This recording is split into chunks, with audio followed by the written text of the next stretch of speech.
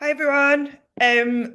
Welcome to tonight's direct input. So we're going to look at the world of promotion this evening. So press, radio, some of the pitfalls, some of the opportunities, all of those different things, some best practice. And I'm really delighted to welcome Erin from Someone Great PR, who've got such an amazing roster. But Erin also has worked in the live music industry as well as a kind of artist liaison coordinator and different roles at festivals and with artists as well. So it'll be really, really great to dig into Erin's experience. I'm just going to bring her in now. Hi. Hello. Hi. So do you want to give us a bit of obviously I've just given you a very short intro, but do you want to give us a bit of a background on you? Obviously you're at Someone Great PR, but then you've also got that like brilliant experience outside of PR as well. Do you want to give us a little bit more detail on what your jobs are, what your job's like?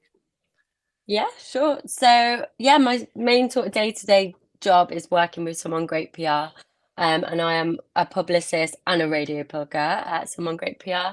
So that's from everything from getting artists reviews, features in magazines, newspapers, as well as we're getting radio plays and interviews and guest mixes and stuff like that on radio. And that's all national radio as well as the more independent places.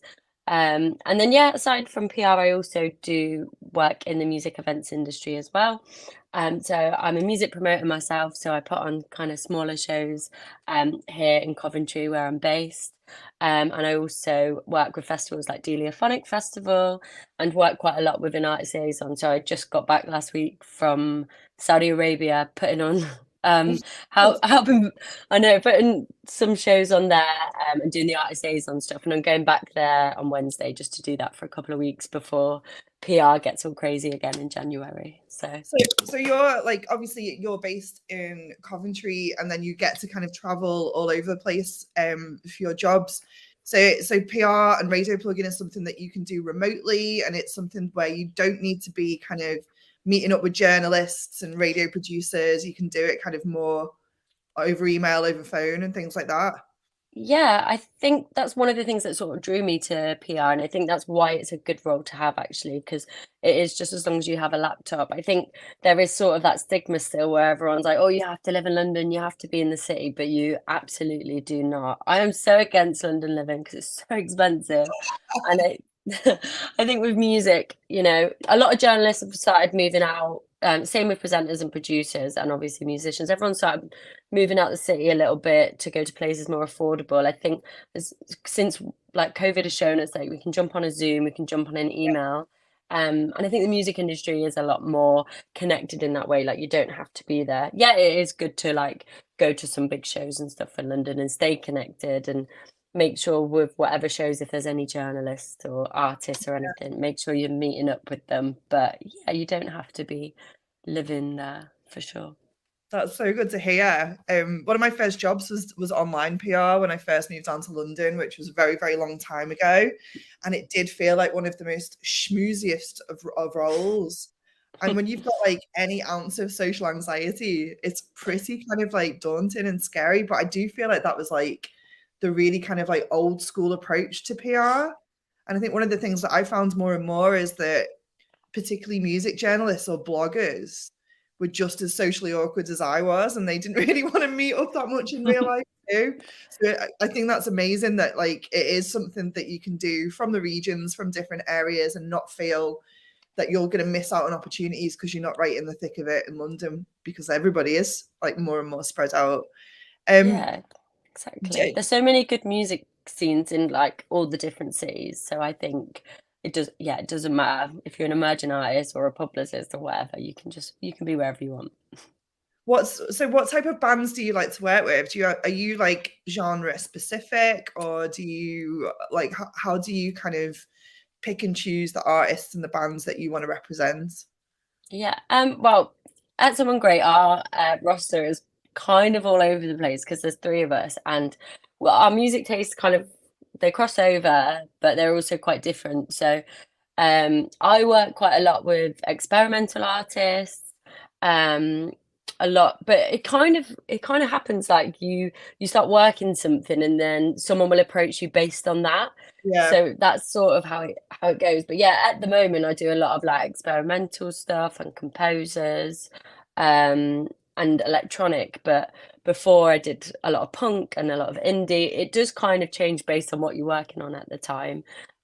For me, as long as it sounds good, I'll kind of do it. And as long as I can listen to it and think, oh, actually, I can see these targets Yeah. liking this and seeing that it's got potential, then I would sort of take it on. But yeah, we have quite a mixed bag at Someone Great. So we have like Katie, who just kind of like the emo-y India rock stuff. At the moment, I'm like electronic and jazz was a recent one that I did, which I've never done, and I loved working that. And I Oh, do quite a lot of world music as well. And then we have Ellie, who does quite a lot of indie, and she started doing a bit more experimental and electronic as well. So yeah, as long as it sounds good and we're into it, I think we'll get behind it. do you think there's any like genres or music styles that struggle to kind of find their place within like press and radio?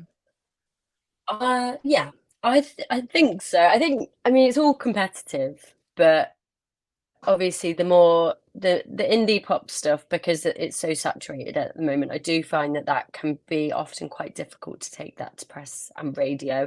Like you could write a proper earworm. Like I've had so many ones before where it's been quite frustrating and I'm like, this is such a banger, and you're like, Yeah. why is no one supporting it? And that can happen. But I think, Mhm. yeah, I do find sometimes if it is just a good song for the sake of being a good song, sometimes it can be a little bit tricky if it is in that indie or that pop world. Whereas if it is a little bit more niche, like Mhm. things like experimentalism can be a little bit easier, but you do have less targets then. So if it's Yeah. niche, you've got more chance of getting coverage, but there's less places that you can take it to. Whereas indie and pop, like there's a lot of places that are going to be covering that kind of music. And there's a lot of new artists that will be kind of in that same world. So that's what makes it a little bit difficult. But there are more places that you can try and hit with that new music. So. How important do you think it is for like a newer artist or band to kind of have that story around the song that they're trying to promote as well? Do you think it's enough Um, to just have like an absolute banger of a track, or do you think there needs to be kind of more to kind of bite into? Definitely. There definitely needs to be some sort of narrative or an angle. It's a shame that it's not all about the music. It should be, but sadly, it's just not. And obviously, these journalists, these presenters, producers, they're getting so many emails a day. We Mhm. have to give them a reason to even click that link to listen to it. Yeah. So yeah, a narrative is really important, especially for new artists, because it's hard to sort of get news pieces for a new single or a review for a new single without giving them a reason to want to support Yeah. it. So for a new artist, you mainly going for those kind of introducing pieces or like guest mixes and something Mhm. that's going to like draw people to the artist. And I think having an interesting narrative or angle around that, that's going to give people a reason to be like, oh, this is interesting. Like, maybe I will listen to it, because then we do this introducing piece on them and they've got loads of introducing stuff to say. Yeah, it definitely helps. I always try and encourage my clients to flesh out a narrative or dig a little deeper. Sometimes when we're doing like that sort of onboarding process where we're chatting about the project, I find artists sometimes find it difficult to talk about it if you kind of make the music, so like having to speak about it, and it can Yeah. sometimes be a bit personal, it can be hard. So what I tend to do is like do like an interview, just me and the artist, and just get Mhm. them to write everything down, even if Yeah. they don't think it's important, because then I'll be like, actually no, that's a really good angle, and they're like, what, I didn't think that was relevant, and I'm like, Yeah. well, it is. So That was yeah. literally going to be my next question, is like, how do you work with those artists initially to pull out those stories? Because 9 times out of 10, they think something is really unremarkable. And it's like, that's really cool. That's really, really interesting. Because it is hard. Yeah. If you're at the start of your career and you haven't worked with these people and you've not met this person by accident at a festival and fallen in love with them or whatever, like, you've got to kind of think about what it is that makes you stand out. Yeah, definitely. And it could be anything, like whether it's like people you've collaborated with, or if you created this music in a really interesting place. Like a lot of times journalists like to put the music in a place. So, you know, if you're not from London and you're from this, like I was working with someone from Dublin, and I haven't worked with many people from Dublin who does like music that was like experimental and electronic. That's really interesting. Like, tell us a little bit more about that Dublin scene. I was working with an artist, and she was based between, like, she's from Kenya, but she was based in like New York and between New York and Maryland. And her whole sort of narrative was like she was stuck in New York during COVID and she wanted to get home. So the whole project was about like reconnecting with her roots and Yeah. like shining a light on Kenya and stuff like that. So it can be anything really. Like the narrative can be whatever, and it can be something that's like unique to you. And don't force it as well, because I think press can see through that too. Yeah, So. definitely. I like the fact you mentioned like the artists from Dublin and the kind of like scene that they were part of or not part of, as the case may be. And obviously, like our artists are based around Merseyside, and obviously you're in Coventry, and you know there's lots of people that are kind of doing cool stuff in their own area. Like, how do you think? Do you have an opinion on this? Whether do you think it's really, really cool to be part of a bigger scene, or do you think it's cool to kind of like stand out from like the area that you live in? Do you think there's a benefit of kind of like, I don't know, kind of working with other people and lifting each other up, or do you think it's better to just kind of like be the one that stands out? I think having a community where you're based is really helpful. Like, you've got to start somewhere. So having that sort of, you know, rather than being the one that stands out, like obviously that would be good if that happens too. But I think you should really utilize your local community before you even like start to try and break out, because like you never know who is going to break out. Let's say you're playing with this other band in Merseyside, and then they get massive and they're all over like BBC Radio 1, and then they go on tour and you're their support band because you've been like collaborating with them for this long. So I think it's important to embrace the community if there is one, even if your genre or you're doing something different. Like, it's good to be part of that. So then, you know, you're sort of building your name from the ground and then building it upwards. I think that's important. Merseyside's cool as well. I think there's a connection to Coventry in the sense that, like, I think Merseyside are the only other ones that call a batch, and Coventry do as well. See, that's even very specific within Merseyside. That's very weird. I love the fact that Cov's got like a similarity with our side of the river. That's hilarious. Oh my god. That's not what I thought I was going to get out of this conversation tonight. I'll tell you so much. So looking at kind of like new artists and emerging talent and the opportunities that there are to gain coverage through different means of press, like what do you think are the areas that kind of new talent who are new to releasing music should be focusing on? So I think it's really hard for new artists at the moment. I won't sugarcoat it. It's really difficult. I found this year with PR particularly has been really difficult for new artists. I think since COVID, it's kind of changed quite drastically. Like everything else, like music journalism is underfunded, like everything else in the world. So they've been making cuts, and there's like less space for new things, and people are like less willing to take a gamble. So I think the press and the radio now, and it's not their fault, they're all so limited. They're a little bit more reactive than proactive. So rather than taking a gamble on a new artist, some magazines and some press outlets are looking at other things now as well. So they'll be looking at social media and streaming numbers and live dates and stuff like that. So I think press and radio is important, but like nothing works in isolation. So you need to kind of have all the cogs turning. So I wouldn't really bother too much about pushing it to press and radio unless, you know, your social media is working and you've been doing some live shows and you know, you've got some stuff on streaming. Like, you can't be this ghost, you can't be this like mysterious thing. I know some artists also like to be mysterious and keep it like that, but like you just can't do that now. Like, it's a shame because it should be like, I'm just going to drop this amazing song and that's it. But no, they want everything. And I think maybe spend a bit of time like experimenting with, you know, your live setup and experimenting with your social media and see what works for you and make it authentic to you.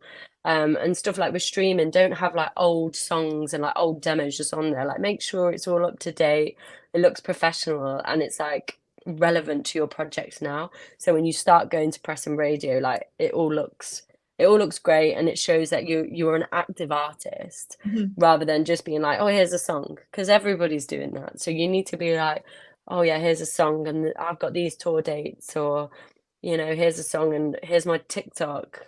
I'm not saying for everyone to do TikTok. And it is very good for emerging artists, but I know it is a bit jarring. But yeah, you just need to have all the cogs turning before you even start trying to get it into press and radio, I would say. I'm so pleased that you said that, because I feel like one of the key strands that runs through a lot of the sessions that we've done, particularly over the last few months, has been around getting all your ducks in a row.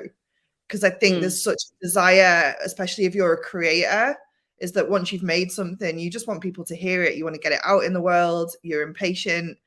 And, I understand that feeling so much. But what you said is exactly like what we're trying to, get across to people massively, is that you need to be, you need to have everything lined up, and you have to have everything looking new and fresh and updated with relevant information, active tour dates, active social. So that really, really kind of like speaks to a lot of what we've been saying already in this. So nice one.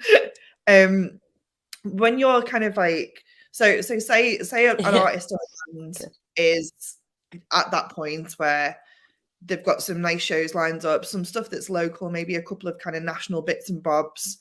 They're happy with all of their socials and all of those things, and they are starting to think about like making connections in press and radio and things like that. Do you think there's like particularly important targets? I know that obviously it's very kind of genre specific and style specific, and people have like fans of different places, but like what would you say would be the starting points for an artist or a band that are looking to kind of start making inroads with getting some support?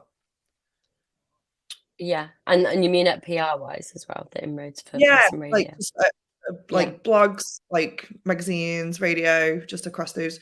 What would you say are more achievable, if there's such a thing?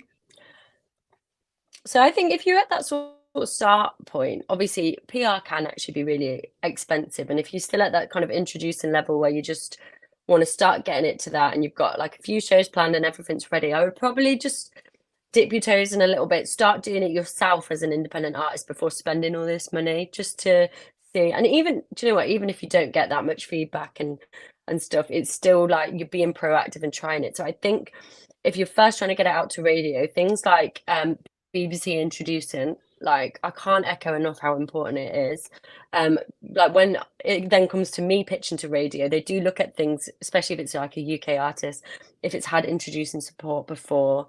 And even when I pitch now and we want it on introducing, and I can go to like Gemma Bradley and Tom Robinson and all the people that do the introducing shows, they want it on the uploader. So whether I can send it to them and they see my email and they reply to me, they're like, no, it needs to be on the uploader. So whether you're paying a PR or you're signed or unsigned, get it on the uploader. Like every single, just make sure you do it, because they do listen, and it sort of starts with the regional shows.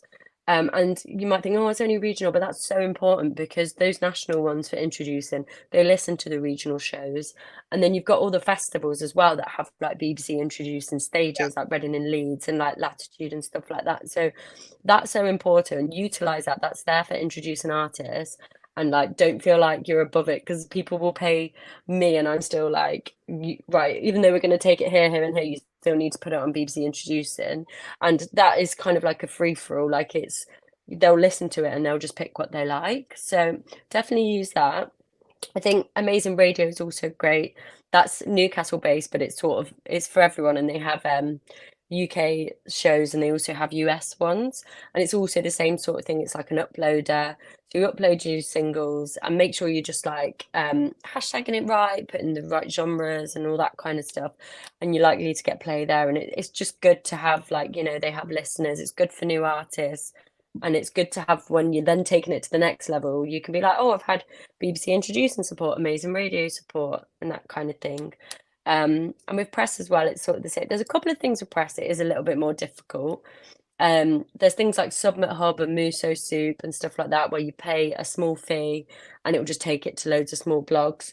Now, I think this is good for emerging artists because if you don't have time, it kind of gets it out to these small blogs, but it can be a little bit of a waste of money. Like, don't put hundreds of pounds on it, put like 20 quid here or there, because sometimes it comes back with like a weird feedback and stuff like that. And I don't know how legit it is, but it's good for that sort of starting point to get the small blogs and just to get little press quotes. So then when Yeah. you put together a press release, when you're then paying a PR, you've got like support somewhere, the name's out there.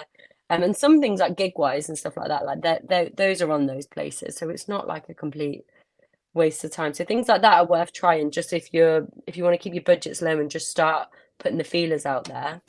I think what's important as well is actually like connecting with the press and radio yourself as an artist. A lot of artists that come to me, they don't have a clue about what's going on in the world of music. And even if you're not getting your music in the magazines, you should know about them so you can see what's trending and what is doing well and what writers like what. Because if you've got a show in a city and there's a writer that you follow on Twitter and you're like, oh, they live in Liverpool, I'll invite them to the show. Like, things like that are so important just to sort of like network and connect with the music industry, especially in like the genre that you want to be sort of operating in. Like every sort of genre has their like own ecosystem with like journalists and PRs and bands and stuff. So just like start getting involved. Like, you don't have to be best friends with them, but even just follow them on Twitter so you know what's going on and you're in the loop is like super helpful, I think.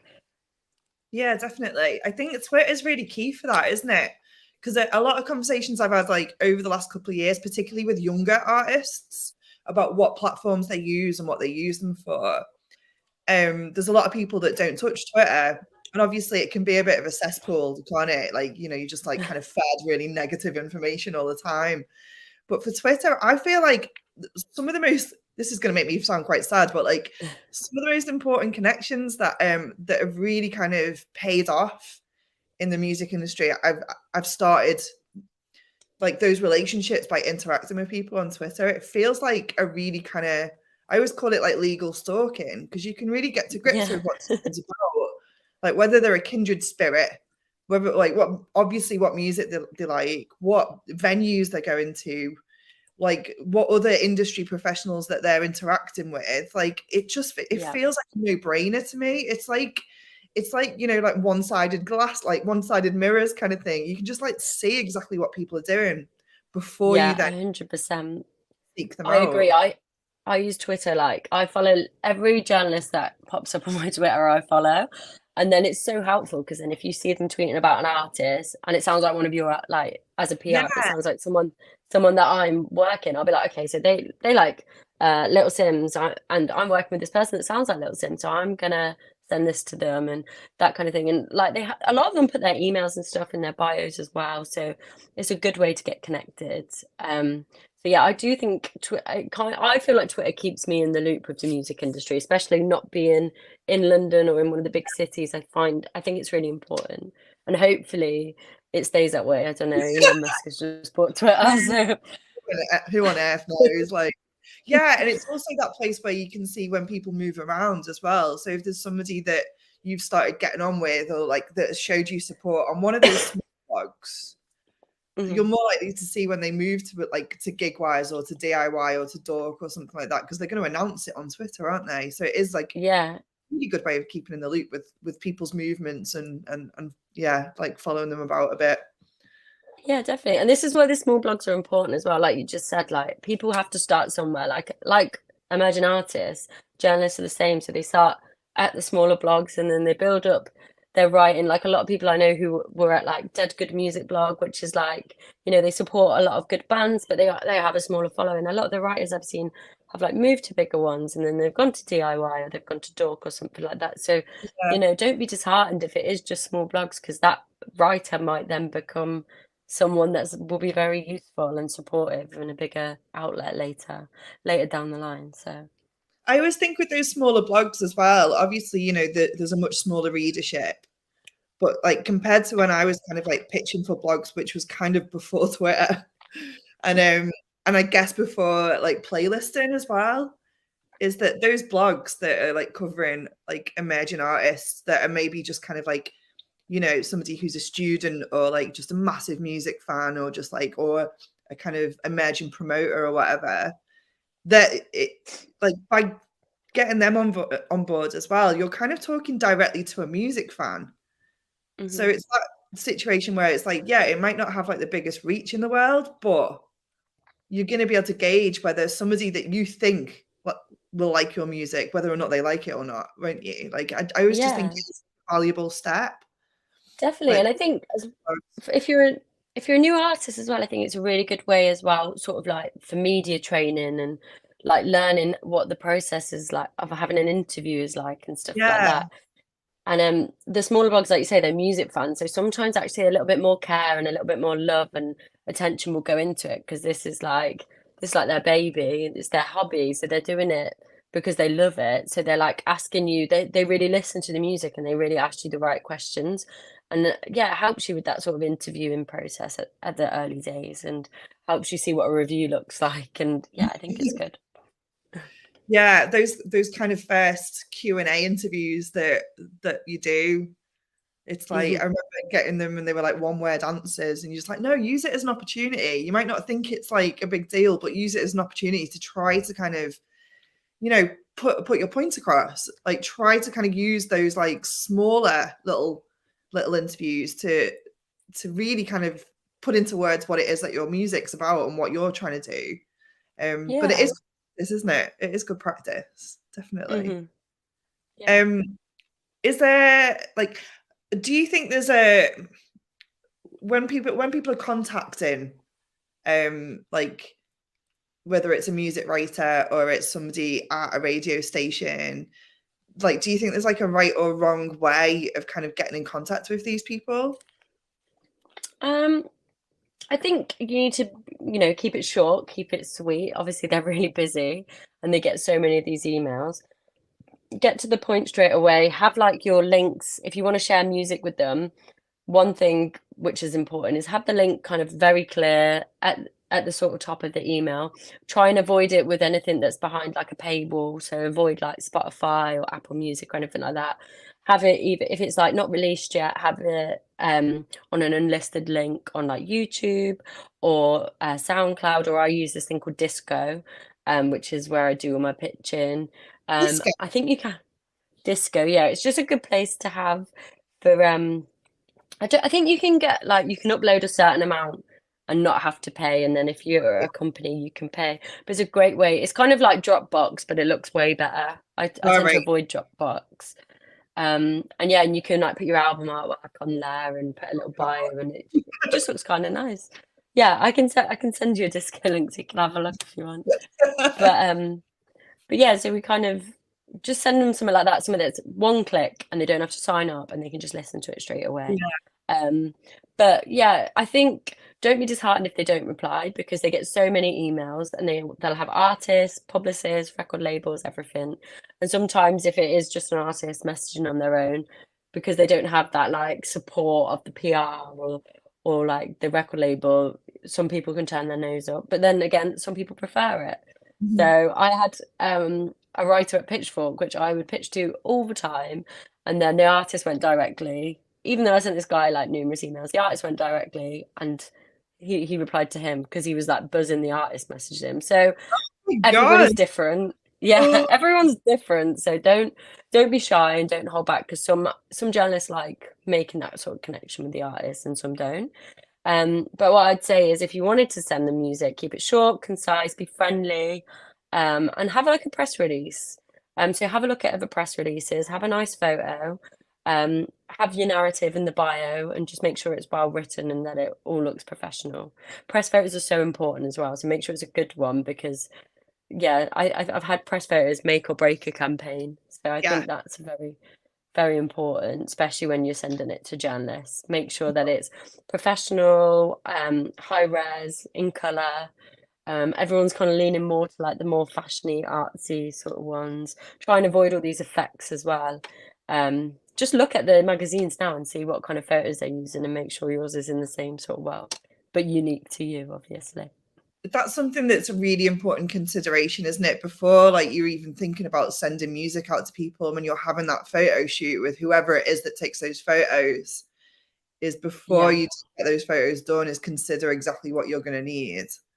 Oh, rather than trying 100%. to afterwards and think, oh shit, that doesn't really work for press.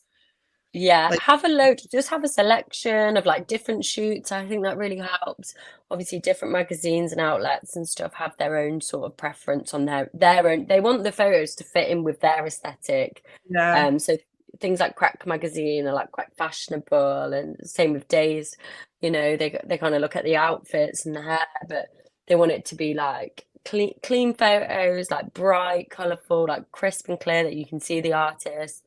And it is so important. Like people won't click it if they don't like the press images and the overall image, they just won't click the link. And it's sad that it is so vain and it's all about like the aesthetic, but it is. And I've had like a magazine get back to me and they were like, we really like this project, but the photos, do you have any others? And yeah, I was like asking the artist, can you send me some more photos? And they didn't have them. And then we just like lost the feature yeah, because we didn't have the press images that they wanted. They sent me like a selfie and I was like, I really need some press images. So yeah, just have a selection ready and just have a look like what's doing well now. Look at the online press and like newspapers and magazines, they don't really use the press photos as such, but online do like things like yeah. DIY, Loud or Quiet, Line of Best Fit. Have a look what the press photos are like there, and then you'll get an idea of what people are looking for. Do you have any like solid don't do that for people having photos done? Like you mentioned black and white. What's the issue with black and white? I've just had loads of issues with black and white. I was actually looking on press today, and I did see there was a couple of black and white photos, and I was like, okay, so they're like leaning towards it a little bit, but I would avoid it. I would keep colour just because it fits in with like the aesthetic of everyone's, like all of the press outlets, and if they want it black and white, they'll do it themselves. I Yeah, think like I've had some projects where they're like black and white. They're like, you know, their music was dark and their videos were dark, so they wanted the photos to be dark, but like it just wasn't working. Like you need those press shots just to be kind of crystal clear. So, you know, if you want black and white and you want your like social media and stuff to be like that, have the black and white ones, but have color alternatives as well, I would yeah. say. That's a really, really good idea because obviously you've got to take the photo to make it black and white. So using that original kind of coloured one for press. And then if you want Yeah. to keep the social media aesthetic as I always just think with black and white photos, they're so 2D. Like they're just so flat, aren't they? And I went to Yeah. a meeting Yeah. once a while ago where the artist or everything was black and white, music videos, like everything. And I remember having a conversation with the management and just being like, black and white isn't a theme. Like it's Yeah. it's not enough of an aesthetic for it to be like kind of the overarching thing for everything. And like Exactly. for a debut album, like going into a debut album, and we just phased it out and just brought color in with the next single. Like it was just yeah, Yeah. it did And I've had it, to have this it conversation. Yeah, I had to have this conversation too, like numerous times. So if we've all had to have that conversation, it's not a unique and original idea. So also avoid, I would say. yeah. Like you want to be unique and authentic to you as an artist, and the whole like all black and white, dark, cool. Like you, music can be dark, and you know your story can be dark without it being in a black and white filter for sure. Yeah. Yeah, the music needs to be strong enough in that direction then, doesn't it? And not have to be backed up by moody black and white photos. Yeah, exactly. Exactly. So yeah, I would probably avoid that. And just like any filter, like when I've had photos just that have been like warped and stuff, sometimes it works, but most of the time they do just want like the photo of the artist. Like Yeah. they don't want all these effects and stuff. That's more Or reserved for social media and album artwork or single artwork and that kind of stuff. yeah. Or even have both. So if you do have a publication that do, especially with electronic artists, I guess that probably use that more so in that area, having both. Yeah. If there is like a website that does kind of specialize in those artists, they're a bit more used to that. But having that, like, Yeah, it definitely does depend on the genre for sure. cool.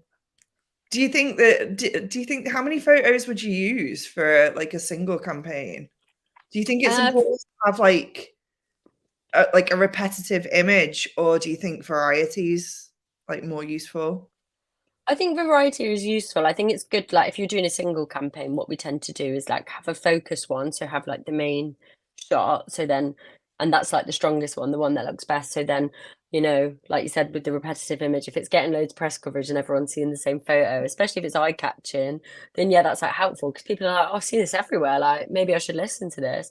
That's good. But then it's good to just have like a couple of if it's just a single campaign, I would say just have like maybe like one kind of like lead image, and then maybe like two more that you can just put as like a download link for them to find in Yeah. the press release and stuff, just in case they don't like it but they like the music and they've got alternatives. It's really important just to have that, and also just showing that you've got all these press images just shows that you're on it, and you know, you've got all this stuff, and you're an organized artist, and I think that does really help. Yeah, and making sure that lead image can be cropped into different shapes and it still works as well is quite a key one I've always found. Yeah, definitely. Definitely. Do you think, like, at what stage would you recommend that an artist starts looking at getting some professional support with getting press and radio? So I guess obviously, first of all, if you've got the budget, like if you don't have the budget, like do not put all your eggs into a PR basket at all, because basically when you're putting money into PR, like you're not paying for those like guaranteed results, and I think sometimes that can come to as a shock to some people. And I've had this when I've worked at a label and when I've been in like independent at someone great and stuff. I find that sometimes they think if you've got PR, then it's guaranteed, but it's not. Like you're paying for someone to do that work for you. So it's like, you know, our role as publicists and radio pluggers is we've already got those relationships with the journalists and the editors and the producers and presenters, because we've been doing it for so long, and you kind of have that level of, you know, there's a PR behind this, so this has already got support, someone believes in this project. So Yeah, it's good for that element. But like PRs can only do so much. Like they can bring it to the person. They like, what we do is we angle the pitch. So we're like, all right, so we've listened to this. We know that this person's going to like it, and we know what parts of this they're going to like, and it sounds a bit like this person. And so we'll angle it in a way that this journalist or this presenter is like, right, this is for you. This is a bit of you. But you can only do so much. So we present it to them, and whether they decide like that, if they agree and they're like, yeah, this does sound like a bit of me, I'm going to listen to it. And then what we do is we chase. We chase a lot. Like, so we'll yeah, send it. If we hear nothing back, a week later, we'll be like, did you check this out? We'd love to hear your feedback. And we kind of keep doing that. But once you've got past a certain amount of chases, and if they haven't got back and they've listened to it and they've not got back, or they've passed on it, like that's only so much you can do. It's just bringing it to them. So I think if you've got the budget, do PR, but don't do it if you're like really stuck with money and you think it's going to like change your whole musical career, because it won't. I mean, it might if it goes really well, but it is sort of like a look. It's a look of the draw, because PRs kind of tend to put the same love and effort with every campaign they get, but the results are always different. And it's dependent on the music industry at that time. Like different things are trending at different times, and people want to talk about this, and then the next month they want to talk about this instead. So, so I think to get to the point where you should maybe start doing PR, one, if you've got the budget, two, if you've sort of got to that point where you're happy with your social media, your streaming's updated, you're comfortable with what your live set is like, and you sort of know who you are as an artist. yeah, And then thirdly, you've got a plan. So are you doing an EP? Are you doing a single? Are you doing an album? And what sort of rollout are you going to do for that? Is there like a tour at the end of that? Like, are you going to do a single, another single, the album, and then the tour? Like, you have to have that. You can't just be like, I have loads of music, I don't know what to do with it. Like, have it ready, have the artwork ready, have the press images, and be like, right, I want to release it here, here, and here, and I'm going to do all these live shows to support it. And I think at that point, when you're like on it and organized like that, that's when you're like, okay, this needs to get out in the world now. yeah. So when you know what's going to follow up the thing that you're looking at getting promoted as well, I think is really, really key, isn't it? So like, Yeah. I know that, you know, it happens to a lot of artists, and I'm sure it's not on purpose, but you know, they'll have had a plan of like when they're going to be recording and like how they're going to do it and stuff, and they'll get like a first single finished, and then they'll go, right, we're going to release that because we're going to do the next one then, and then that doesn't happen for whatever Mm. reason, there's a gap. Like, what situation does that put you in? Yeah, I think I mean, PRs will do the work and they'll promote that single. But to be honest, what I find is best is like make a load of music and be sitting on a load. I know it's so frustrating as an artist because you do just want to release it, but like to have like all the stuff that you're sitting on and then you've got all this music so you can create a rollout plan because it's not even just PR, it's like with the streaming stuff, like that's obviously so important and that helps PR if you're always uploading to streaming and pitching through Spotify for artists and stuff like that and getting on playlists, like that's only good. You're only going to get on the playlist if the algorithms are moving, and the algorithms will only move if you're uploading new music. So I think just dropping one and then like leaving it for ages is just a waste of like your time as an artist, but rather than wasting anyone else's, it's just a waste of like this good music that you've done. And it's better to like have an overall vision and be like, have a few singles, have an EP or have an album, because it's good to like leave them wanting more. I find that press like to have things to work towards. So like releasing just a single is good and working PR, like it's doable, but I do think maybe PR is probably best when there's like an overall, like there's a bigger thing, whether it's an EP or an album or a tour, Yeah. because like you can be like, here's the first single, the album's coming this day, and then people are a bit more interested, and then it gives them more to talk about. And then they're going to do a feature, they're going to do a review, or they want to come to the show. If it's just one single that's really good, they're like, oh, okay, I can do a news piece on this, and that's it. Like, there's not Yeah. really much else to say. And with radio, it's a little bit easier because obviously you are just taking one single, but people It's do. long, isn't it? Yeah, it's good to have something like going around. Yeah. So you like building towards something. So you're doing like single after single and that kind of Mhm. thing, just to stay relevant and present in their mind. Like you're going to do all that work for one single and then just disappear. Like Yeah. you just keep going then. If you've got like a few radio plays and like a few pieces, then just carry on. Brilliant. So, say that you're working on a single for someone, so for kind of a fairly new artist, and it doesn't go as well as you hoped. Like you were saying before, where like a song could be like an absolute banger, but it could be in that one of those like oversaturated markets a little bit. It could be one of those genres where there's lots and lots of competition. Like what would be so it's not going as well as you want it to, like the people that you think are going to like it have either ignored you or just said no. Like Hmm. what would be your first kind of thoughts about how you would look for other opportunities for that song, or do you think it's just over?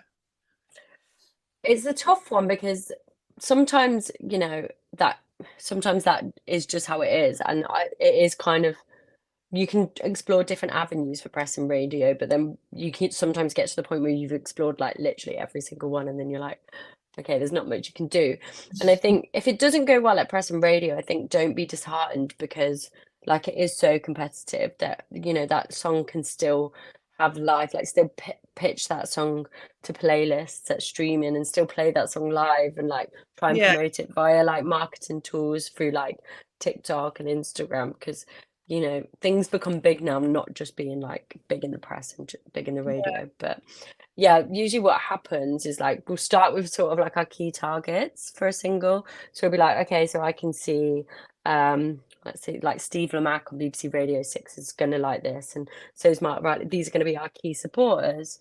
And then if they're not, then we're like, okay, we're gonna take it to somewhere else. And we kind of aim to get like premieres and like initial support from bigger places, and then if that doesn't work, we sort of take it wider, and Mhm. then obviously on release day you take it really wide and like send it to everyone.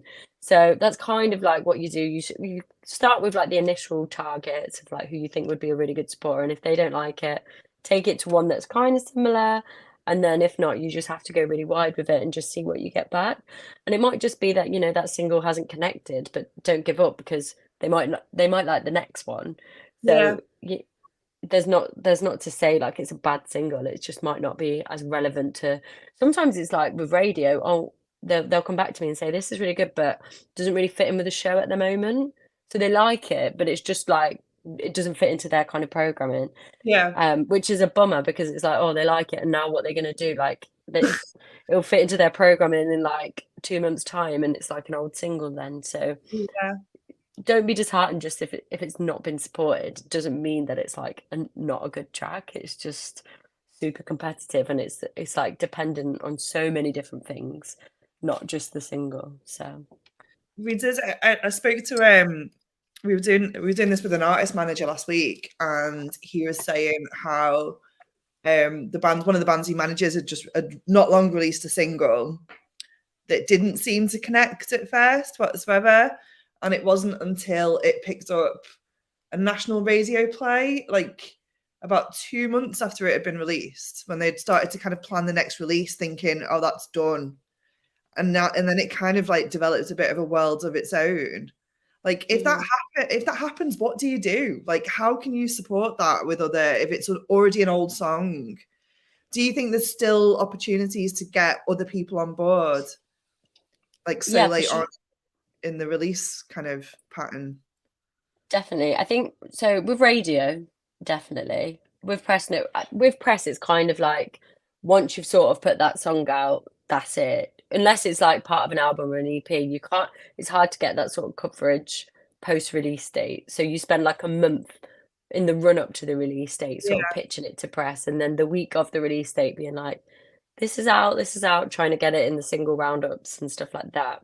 For radio, what we tend to do for pitching is like we spend like a couple of weeks before release date trying to get like first plays, and then after just be like pitching it to all the radios and stuff. And that's kind of like an 8-week campaign almost, like okay. after it's out.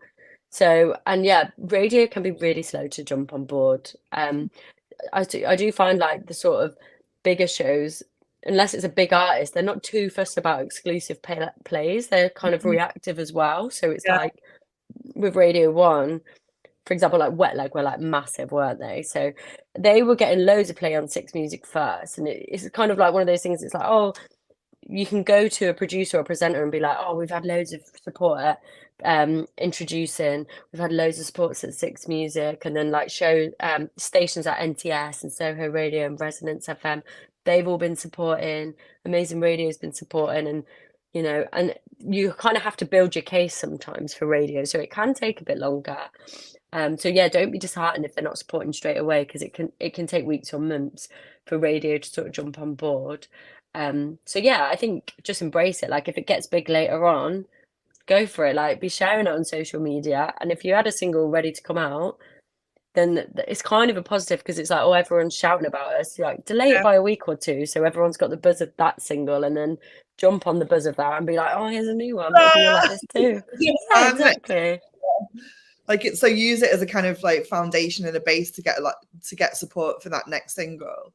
That's Yeah, a really, definitely. yeah, that's a And really good things thought, actually. It's also just having the support and like getting the press quotes and being able to put in the next press release that you've done, this has been supported by BBC Radio 1 and Radio X, BBC 6, and just having that just shows again like, oh, this has been supported by tastemakers, so maybe I should listen. Yeah. So it's kind of just always looking forward rather than back, isn't it? And thinking, right, okay, that's happening, but it's kind of done in that area. So I'll just use it to promote the next thing in that area. Yeah, Cool. We've yeah, got a definitely. question from Callum, which is it worth trying to get, like, can you get instrumental music played on radio?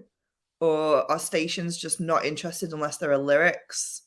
So I guess that kind of goes into if you're working within a niche, really, isn't it? Yeah. Yeah, I mean that was a really good question, especially for me because I work with so much instrumental music, and yeah, you can get it played. Like I said, it's a niche, so you're probably not going to get it on like BBC Radio One, like Jack Saunders or Clara Amfo, but there's so many people that will support instrumental music. There is a niche like on BBC Six Music. Obviously the presenters are like older, but the music is like emerging. I think it's a great place for new music.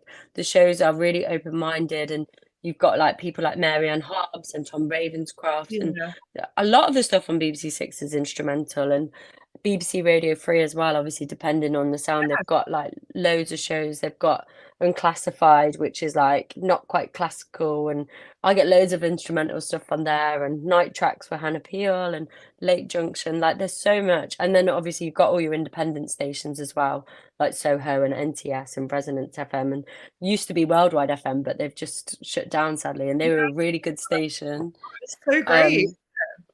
Yeah. Station. But yeah, like you can totally get instrumental music played. Like I think most of the campaigns I've done recently have been instrumental, and I've got like a few lyric ones now, and I'm getting a bit nervous. Like, oh my God, I've only had instrumental. So yeah, as long as it sounds good, someone's gonna play it. To be honest, Yeah. I think.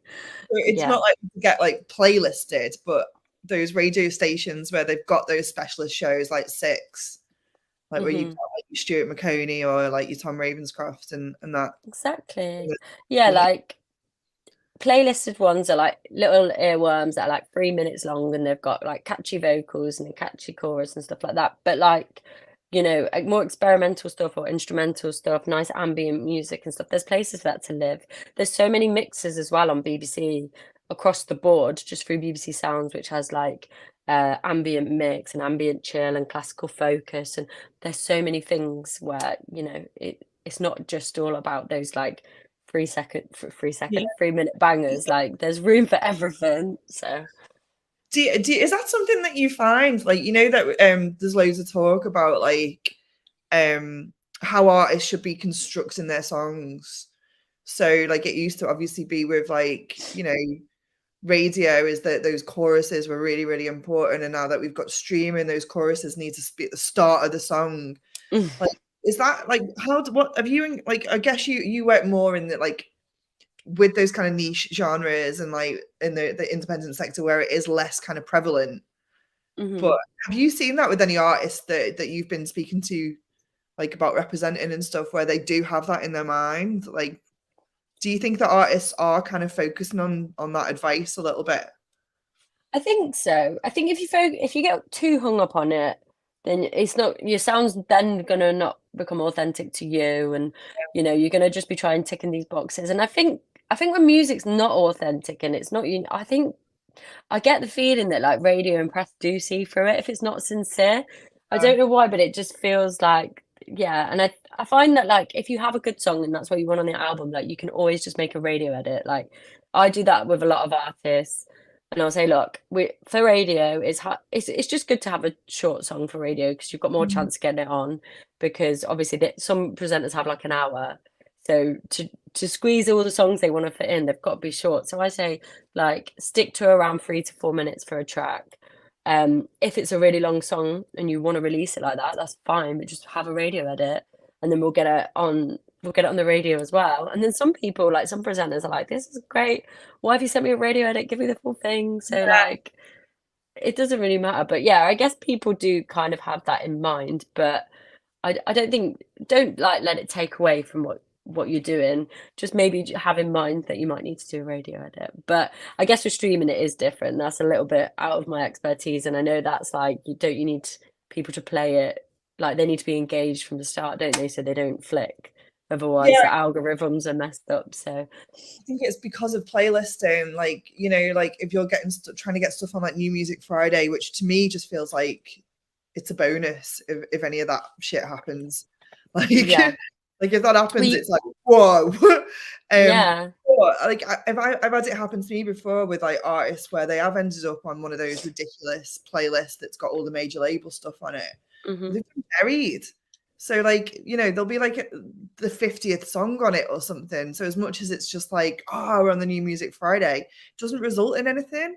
And because people are like flicking through, they are looking for just like those immediate songs. So if you've got an intro that's a bit like, woo, like kind of like leads into it, you're not going to land it. But I think that is very specific to those kind of passive listeners on those streaming platforms, rather than somebody that's listening to a radio station because they know that radio station recommends them really good stuff. Like, exactly.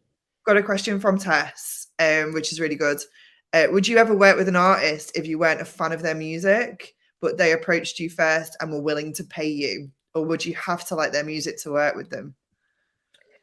we would have to like their music because you work it, especially with album campaigns, you work it for a really long time. It's like Yeah. 3 months. And also like you need to like it to some extent, and because you kind of like have an idea of the targets that are gonna, like, I wouldn't take something on. Sometimes I wouldn't take something on if I was like, I really like this, but I couldn't see it working in press and radio either. Yeah. Like I would only take something on if I'm like, okay, I can see this writer liking it and this publication and this presenter, like this has got potential. Sometimes it would be really good songs and it will have no story, and I'll be like, this, we won't be able to get anything, so I would just pass on it.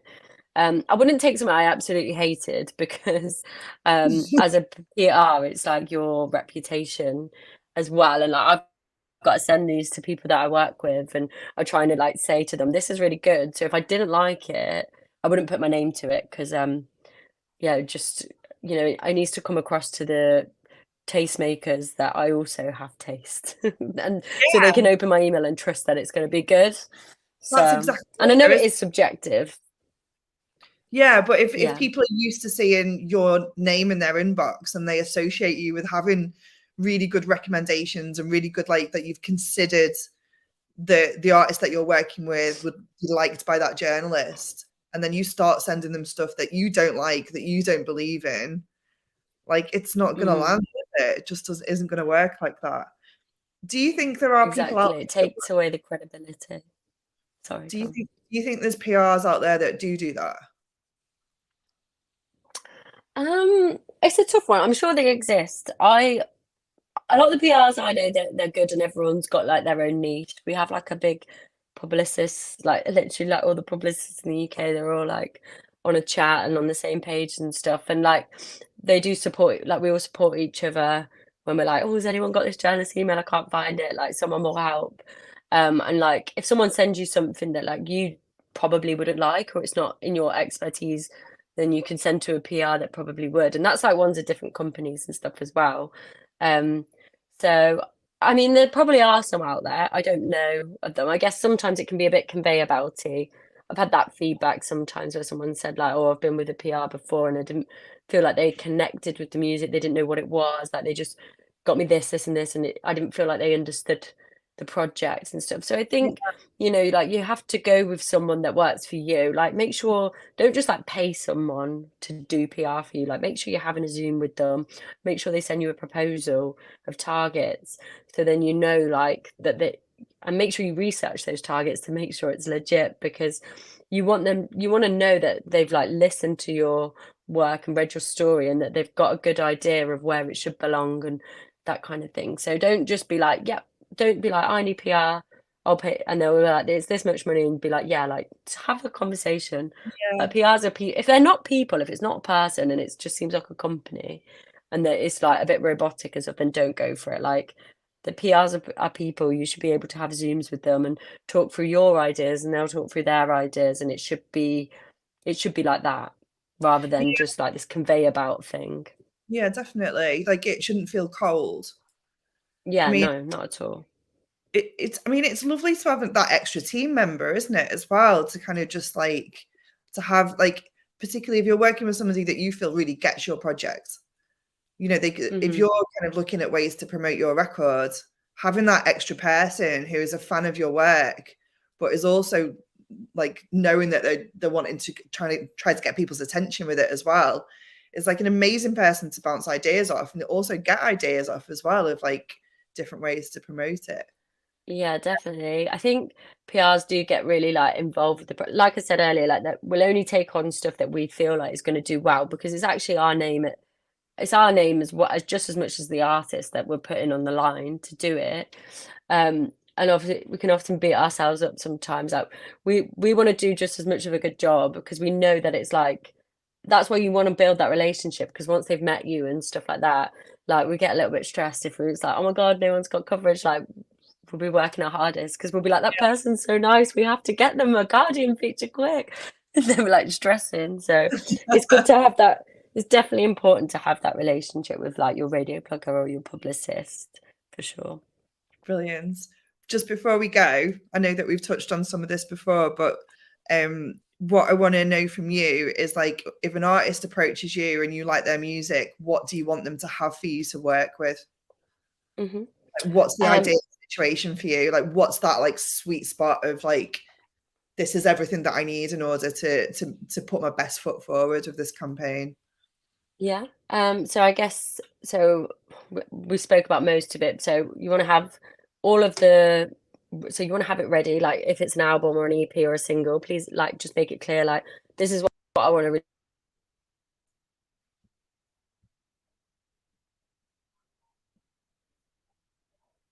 Oh, I think we've lost Erin.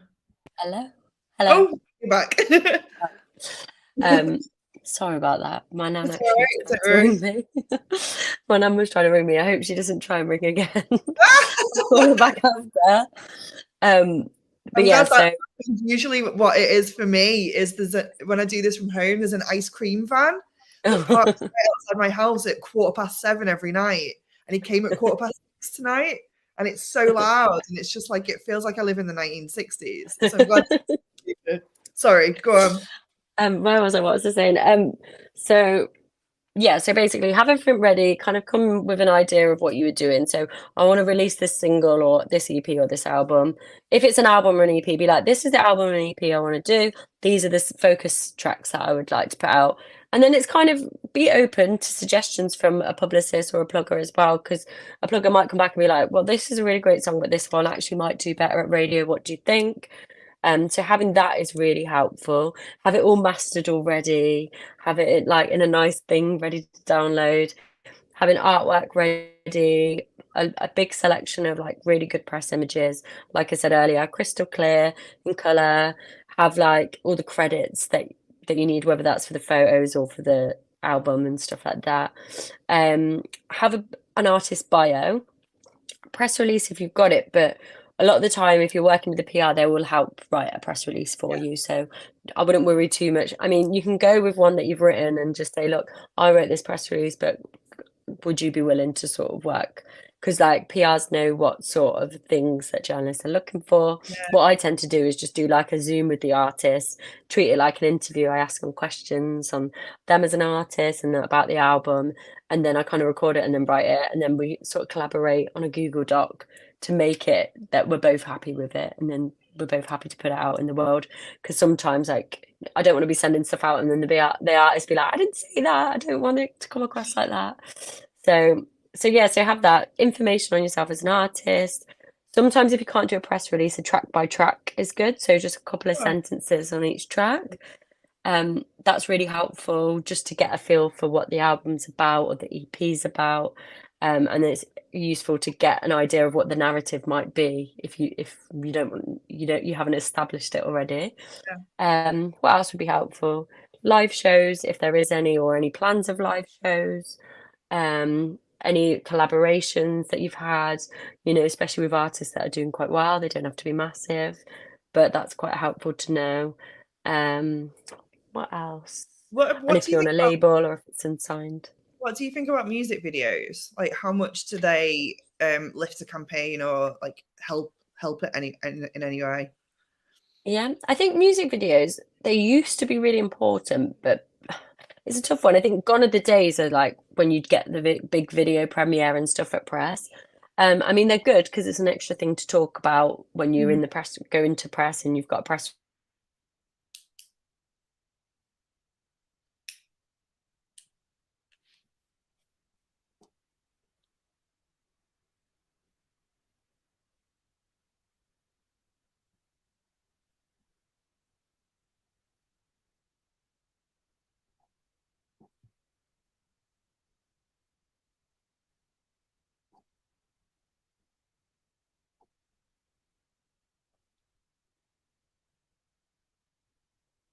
Oh, I think we've lost her again.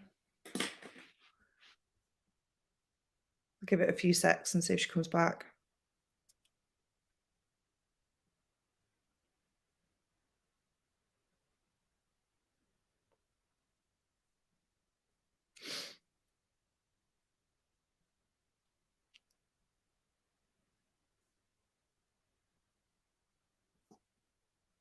No, I think she's gone.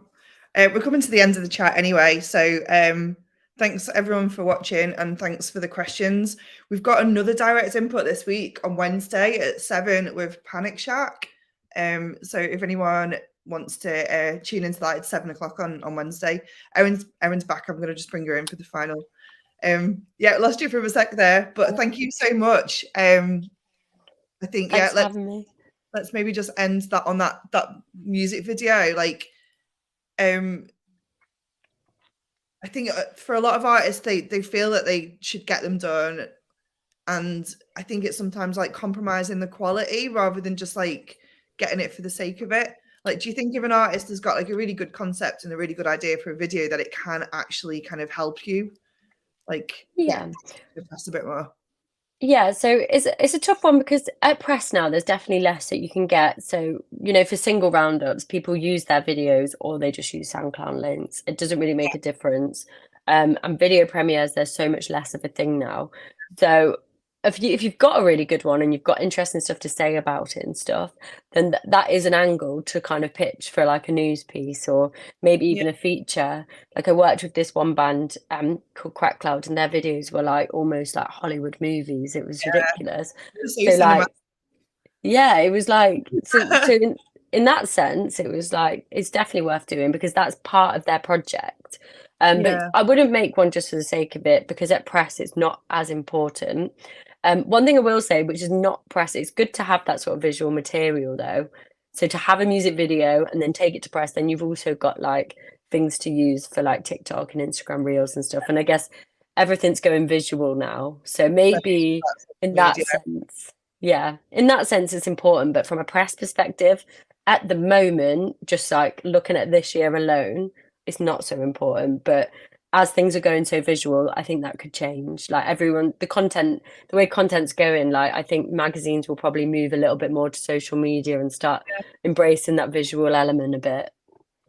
It does kind of like put a bit of a spanner in the works, doesn't it? Because you're just like, oh, why instead of like getting full long form videos with a narrative and like, you know, really kind of focusing on that concept and like collaborating with somebody and spending money on something, if we are just kind of like looking at snippets for social media, for TikTok, even like the canvas on Spotify, it's a much easier way to get a visual element to your music if you're doing it in like shorter little kind of bundles, isn't it? So that could be something. Awesome. Thank you so much, Erin. I won't take up any more of your time, but thank you for having me. And we'll have to get you. Hope it helped. Yeah, at some point. Yeah, I would love that. Awesome. Thanks so much. Again, thanks everyone for their questions, and hopefully I'll see some of you on Wednesday. Take care, Erin. Thank you so much. Bye. Thank you. Bye.